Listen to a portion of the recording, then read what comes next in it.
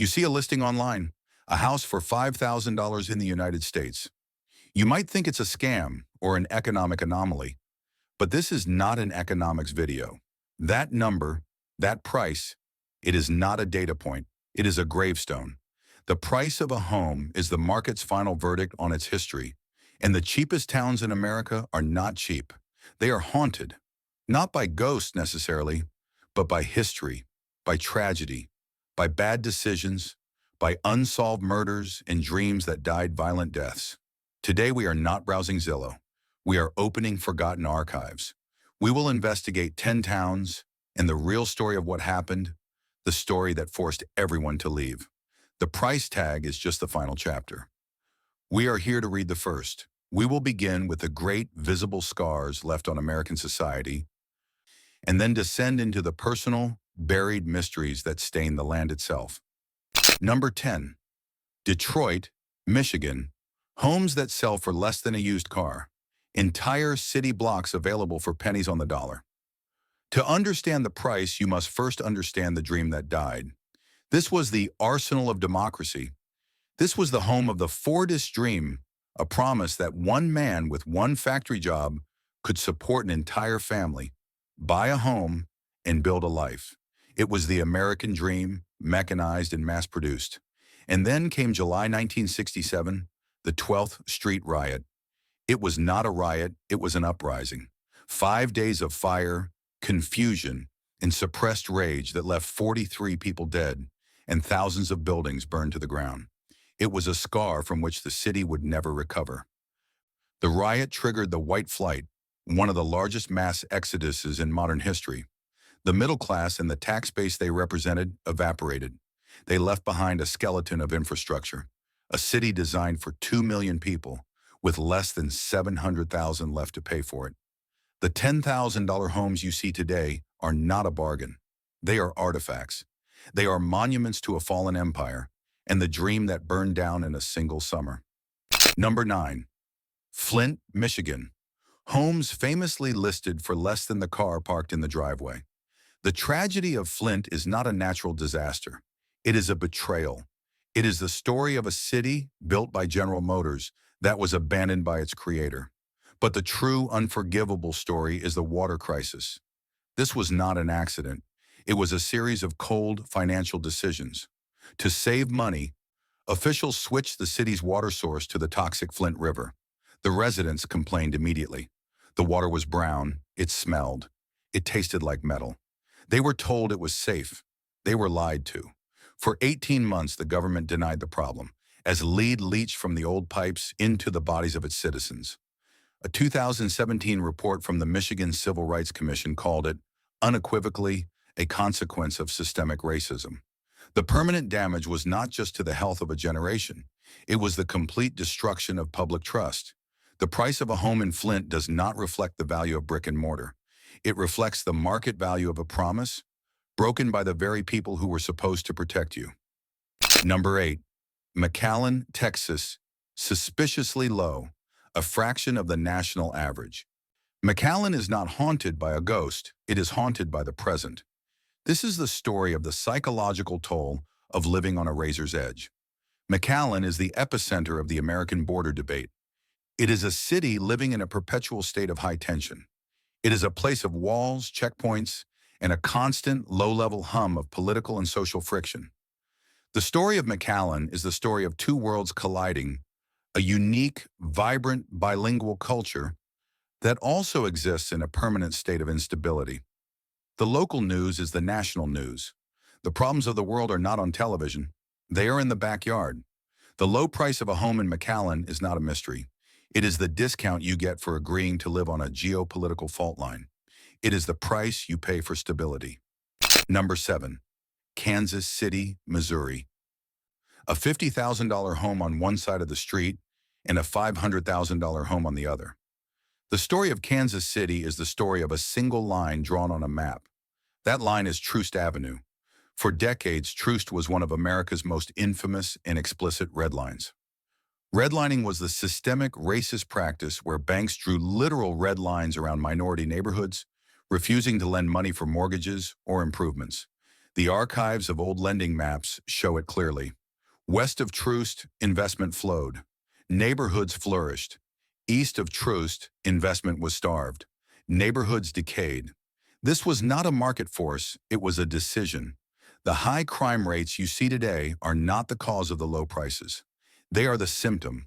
They are the direct, predictable result of decades of forced poverty and engineered decay. The $50,000 homes east of Troost are not cheap.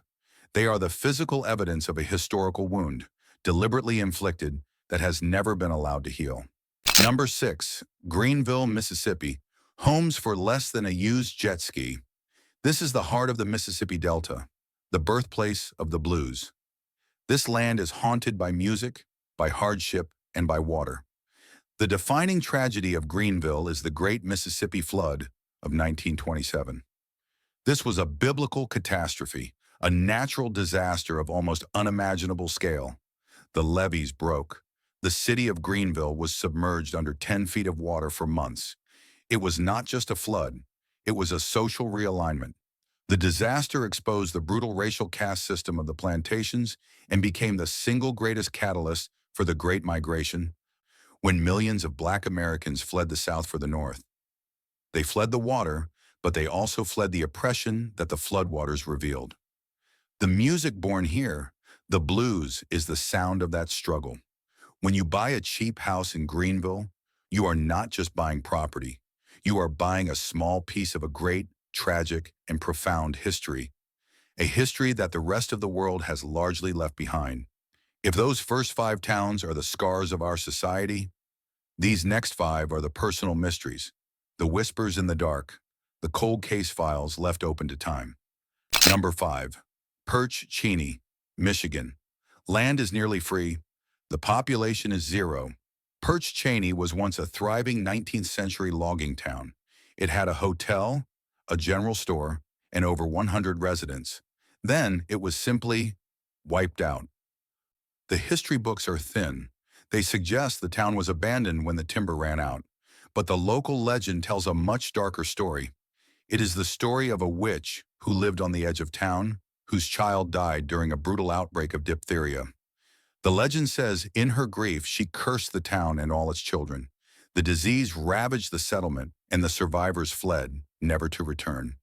This is what humans do. When a tragedy is too sudden, too vast, and too painful to be explained by science, we invent ghosts to carry the weight of our history.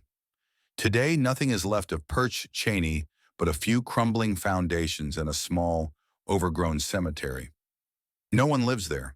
The only things that remain are the trees and a warning whispered in a ghost story. Number 4. Moonville, Ohio. Land is cheap. The population is 0. Like Perch Cheney, the town of Moonville is gone. It was an isolated coal mining town, hidden deep in the woods. Its only connection to the world was the railroad.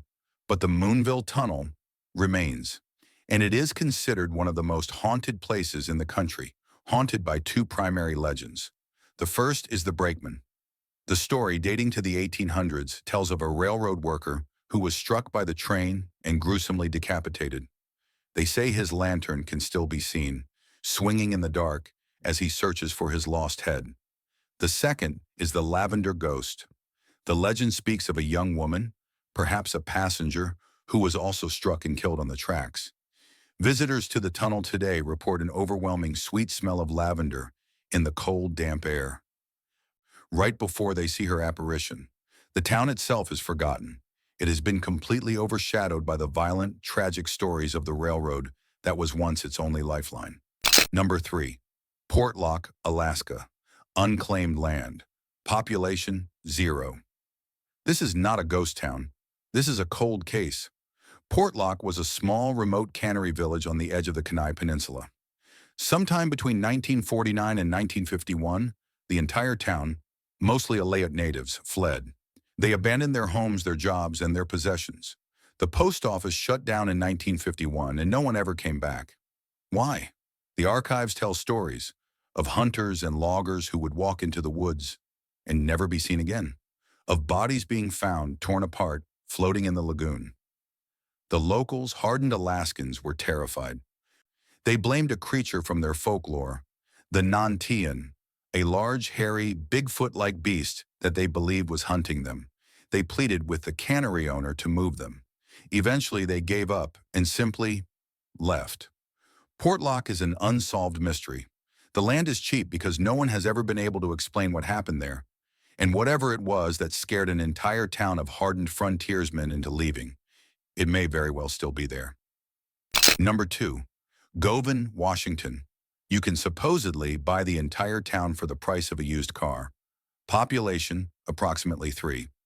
The death of Govan was not slow. It was sudden and it was violent. The story begins on a single night in 1902. A respected local figure, Judge J.A. Lewis, and his wife Sarah were found in their home.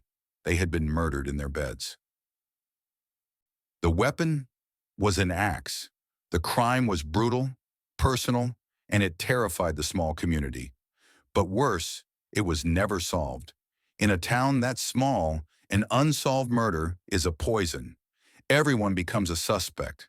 Every neighbor looks at their friend with suspicion.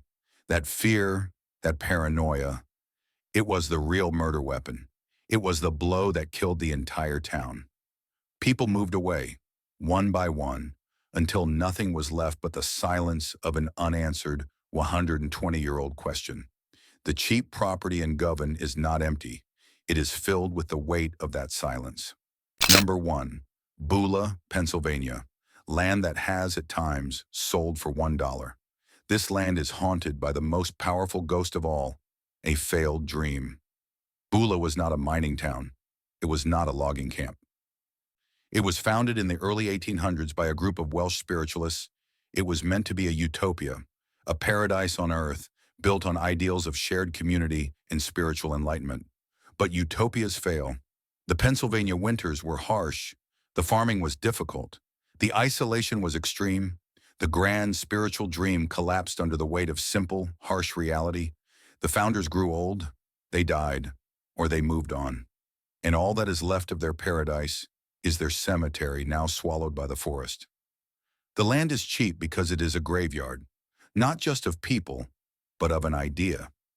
It is the final, forgotten resting place of a failed heaven on earth. History is never buried. From the social collapse of Detroit, to the unsolved cold case of Govan, to the failed paradise of Beulah.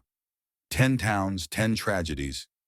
The price of real estate is not a number. It is a receipt for a tragedy.